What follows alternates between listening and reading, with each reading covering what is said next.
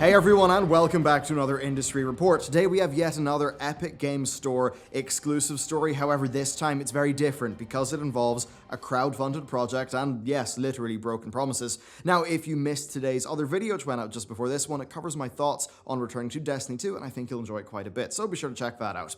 Okay, so The Division 2 and Metro Exodus, they were instances of Epic Store exclusivity that were rather annoying, with pre-orders being involved, but the involvement of broken promises on a crowdfunding project is somewhat more severe. So why would a company do this? What do the numbers behind it all look like?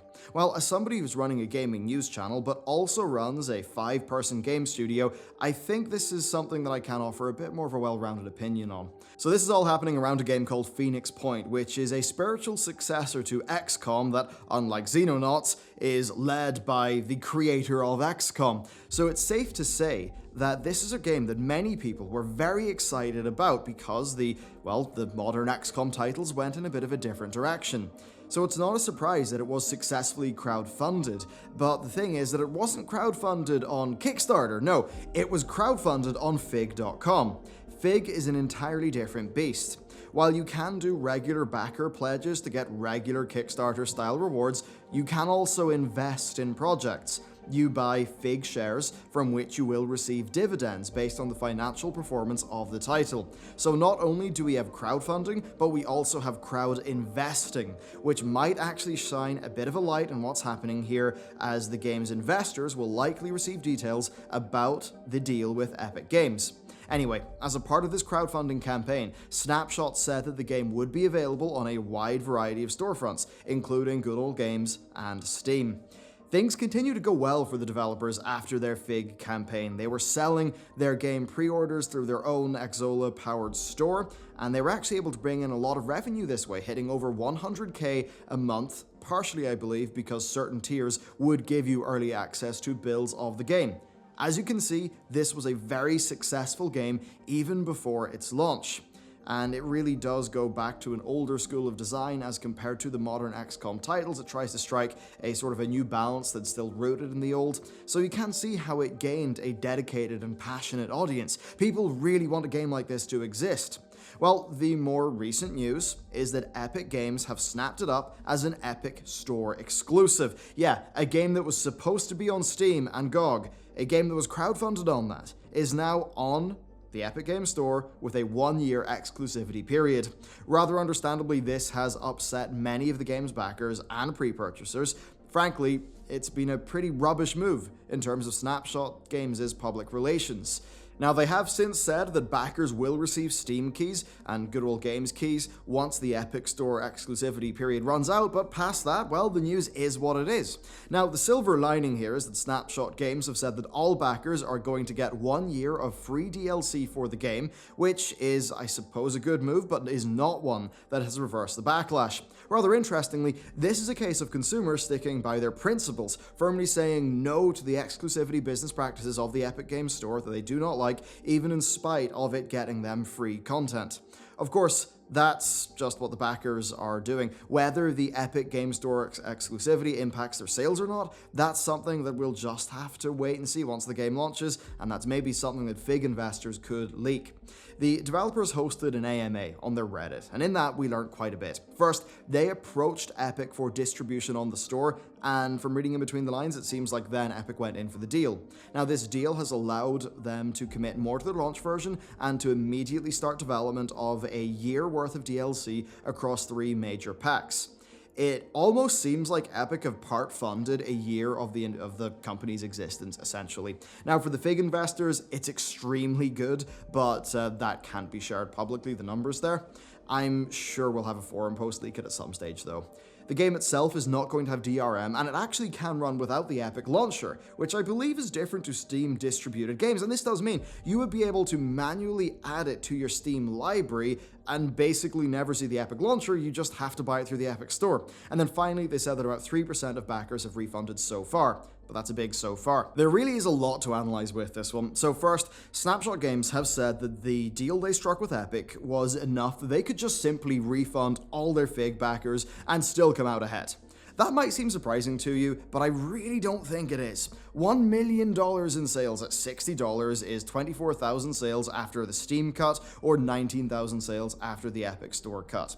Chances are, basically, that Epic has given them significant sum of money to secure this exclusive. And I think I know why. Epic seem to be locking down games big and small. Phoenix Point is a game that is crafted for a fairly dedicated audience. Ultimately, of course, Epic's goal is to increase the monthly active users of their store.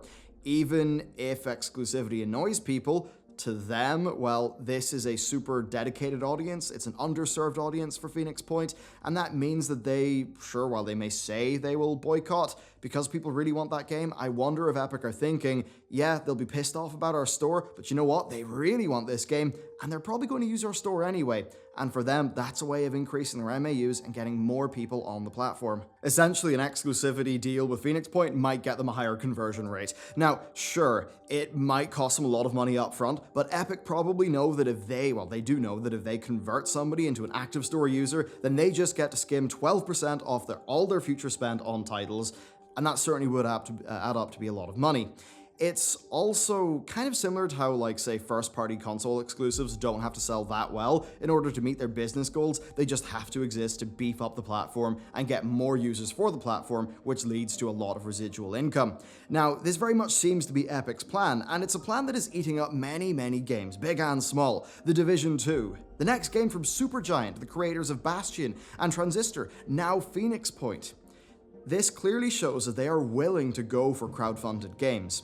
So, assuming the backlash isn't totally destructive, and let's be real, it probably won't be, expect to see more of this in the future. Now, for Snapshot Games themselves, look, this is a strange situation. The PR is a big problem, obviously. They flat out went against their word.